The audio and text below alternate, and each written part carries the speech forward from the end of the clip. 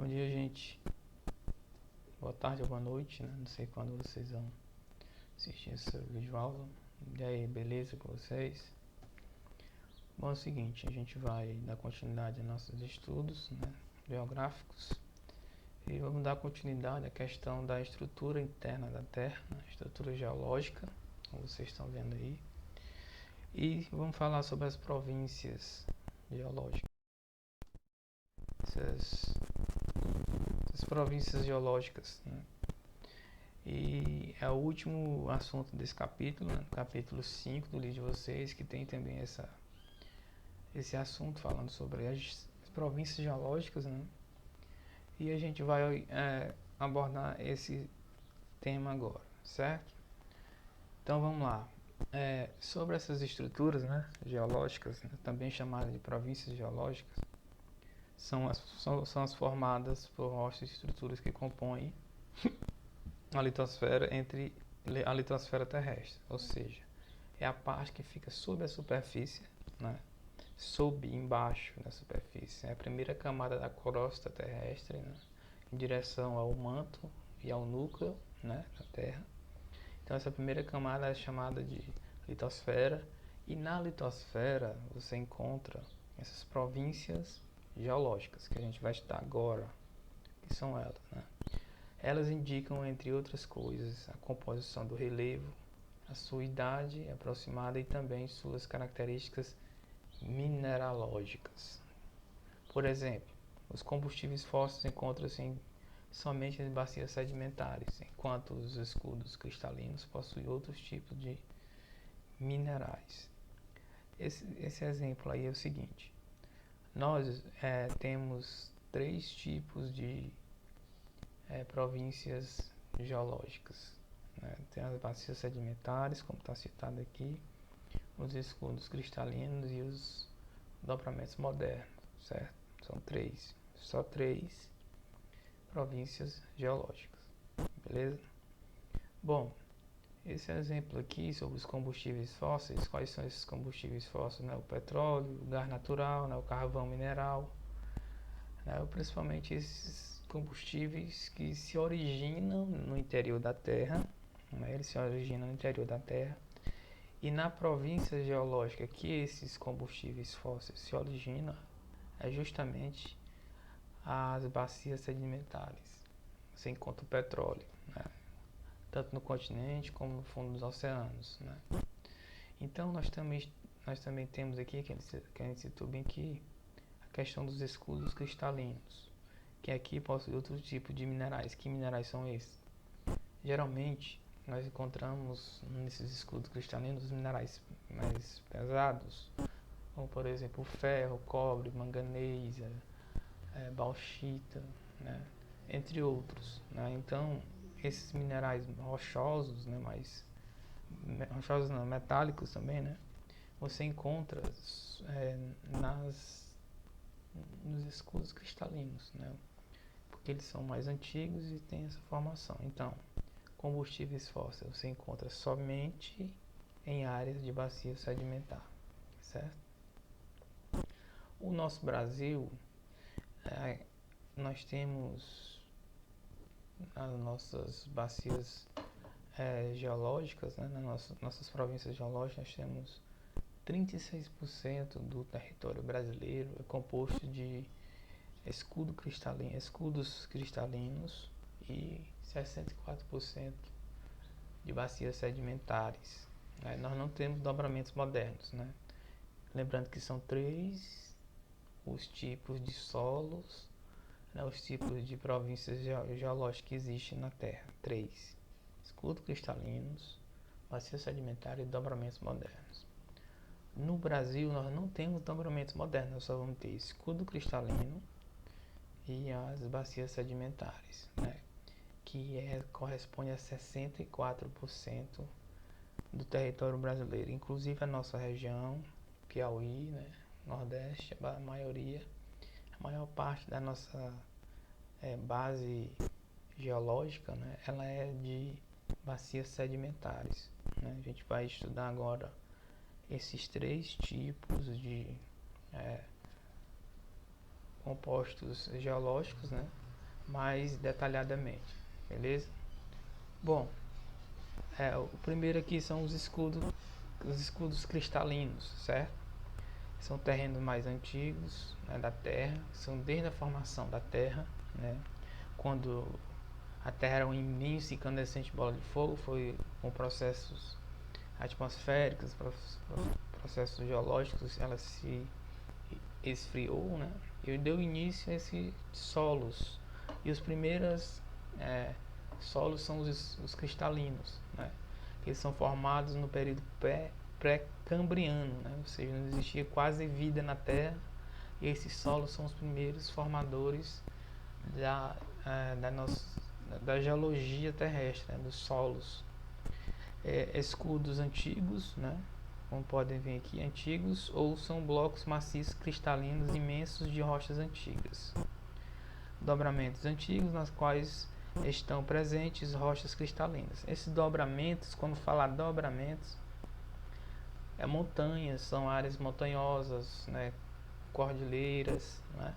Só que o que acontece? Nos escudos cristalinos, geralmente as montanhas são baixas, não passam de 1000 metros de altitude. Por que não passa de 1000 metros de altitude? Pela questão da antiguidade, né? Eles são muito antigos.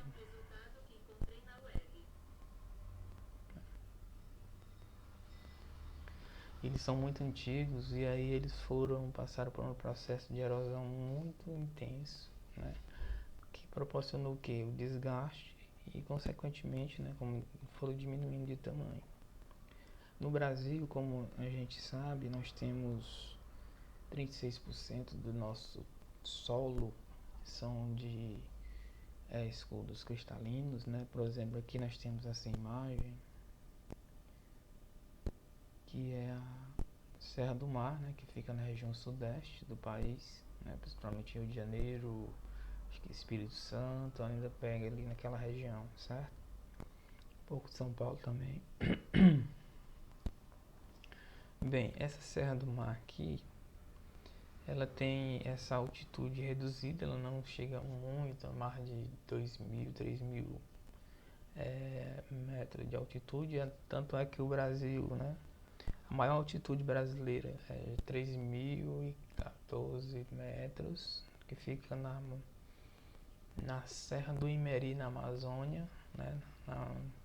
A divisa com a Venezuela, tem uma área de altitude lá bastante não, né? Então, elevada, né? Mas assim, em média 3.000 metros, é a maior altitude brasileira, por causa que os solos brasileiros são antigos, né?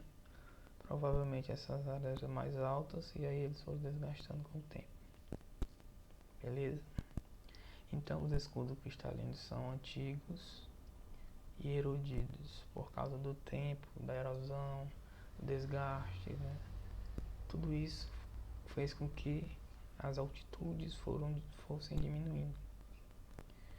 Nós temos aqui o exemplo aqui também de escudos, né, cristalinos antigos, que é essa setazinha, ó, foi erodida aqui, possivelmente era uma montanha aqui, bem mais alta, e com o processo erosivo da água, do vento, né, das intempéries, né, vai desgastando a rocha e isso milhões de anos e a rocha acaba diminuindo aqui o tamanho da montanha. Então os escudos cristalinos são áreas antigas. No Brasil, 36% dos solos são de escudos cristalinos, né? E nós temos esse tipo de formações. Quando tem elevações, são elevações não tão altas quanto nos dobramentos modernos que a gente vai estudar, certo? Tem no livro de vocês, né, no capítulo 5, né, no final do capítulo 5, tem falando sobre essas províncias geológicas, certo? Bom, agora a gente vai para as bacias sedimentares, né, originadas pela deposição de sedimento nas partes mais baixas.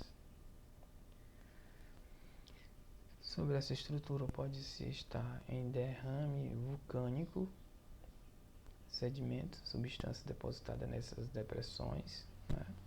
Esses sedimentos são levados até o fundo dos oceanos pelos ventos, principalmente pelas águas das chuvas e dos rios, certo? Então, os cristalinos eles são antigos, né? Devido à primeira formação da Terra, os primeiros solos da Terra são todos solos cristalinos. Aí com a erosão desses solos, eles começam a se quebrar, né, se desmanchar, essas rochas, e elas formam pequenos, né, partículas, vamos dizer assim, de poeira, vamos dizer assim, de areia. Né? A areia também é uma rocha sedimentar, né? A areia é um tipo de rocha. E aí ela se junta com outras partículas, poeira, pedaços de cascalho de árvore, né? Tudo que...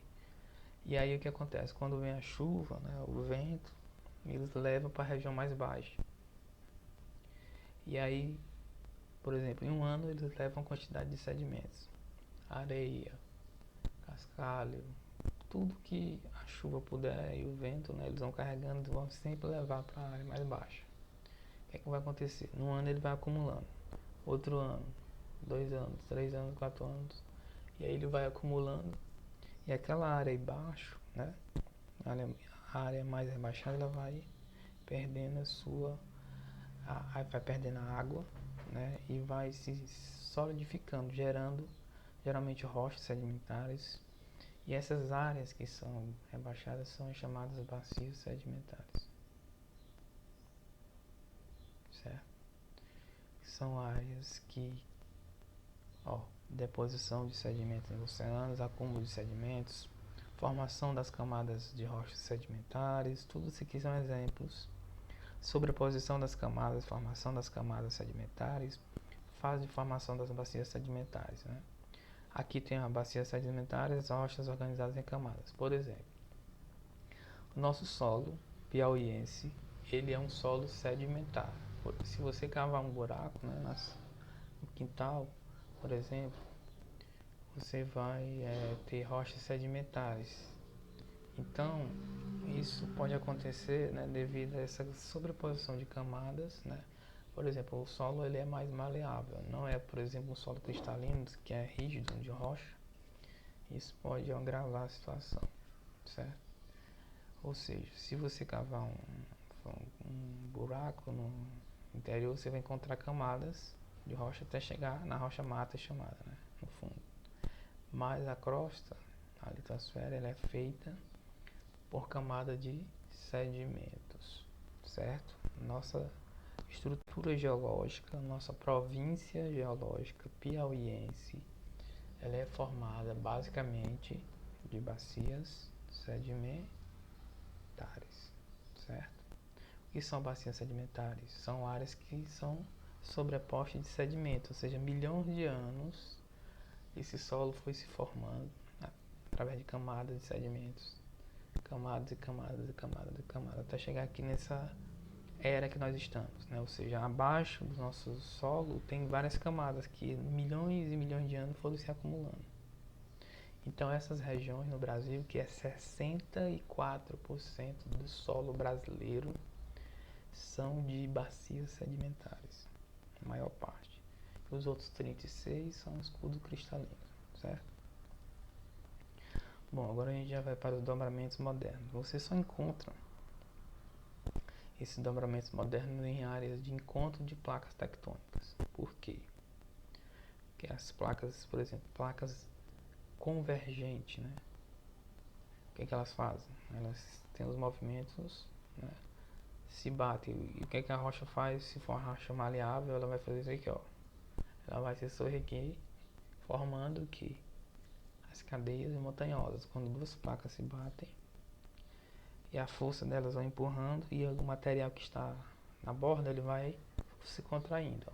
Vai subindo, isso milhões de anos, né? Não é de uma hora para outra. Então ele vai subindo devagarzinho até formar as montanhas. E são assim que essas montanhas são formadas, né? Nós temos exemplo aqui da Cordilheira dos Andes e a Cordilheira do Himalaia, né? O que é uma cordilheira? A cordilheira é um conjunto de montanhas, uma cadeia de montanhas, né? Várias montanhas. Por exemplo, a dos Andes pega toda a América do Sul, certo? E aqui é na Ásia, era entre Nepal e China, que tem a cordilheira do Himalaia, né? Então, as cadeias montanhosas ou cordilheira, tá aqui, ó, gerada pela colisão das placas tectônicas. Se chocam, existe uma pressão muito grande vindo do interior da Terra, é como se fosse uma panela de pressão empurrando. O que é que ela vai fazer? Em vez dela ir para baixo, ela vai para cima, por isso que dobra, né? É chamado de dobramentos, porque dobra a rocha, ela não quebra, ela dobra assim, ó. Vai subindo, vai subindo. Como é lento, né? A gente não consegue perceber, mas ele tem esse tipo de movimento, né? De soerguimento do solo, né? Ou seja, ele vai subir. As falhas resultam de forças, pressões verticais, ó, verticais é subir, né? Você vai subir. Ou inclinadas, provocando o desnivelamento das rochas resistentes. Às vezes tem rochas duras, elas não dobram, então ela quebra. Isso aí vai formar, geralmente são os terremotos, são outros. Mas se for, por exemplo, em rochas mais maleáveis, mais dobráveis, vamos dizer assim, ela não quebra, faz só isso, ela sobe. Então, são assim que são formadas todas as cadeias montanhosas do planeta Terra, através desses dobramentos modernos, e eles ocorrem no encontro das placas, né? Das placas tectônicas. O Brasil não, o Brasil não possui dobramentos modernos porque não tem encontro de placas. Não tem. O Brasil está bem no meio da placa, né? A placa sul-americana, né? O Brasil está bem no meio. Então, nas bordas, nas placas que tem essas montanhas, não tem no meio. Essas grandes altitudes, acima de 5.000, 6.000, 7.000 metros de altitude, você não encontra em áreas que não sejam encontro de placas. Beleza? Então, gente, basicamente era isso, né? Vou passar a atividade para você do livro, certo? Eu vou passar lá no WhatsApp, no grupo e no Classroom. E para finalizar aqui nossa aula, que eu tenho essa frase aqui, né? Obrigado pela atenção, né? E não deixe de estudar, pois o conhecimento é algo que ninguém pode tirar de você, né? Fique atento com isso, né? É a riqueza mais preciosa, uma das riquezas mais preciosas que você pode ter é o conhecimento, porque ninguém pode tirar ele de você. Ninguém. Então é isso, gente. Bons estudos aí, valeu e até a próxima.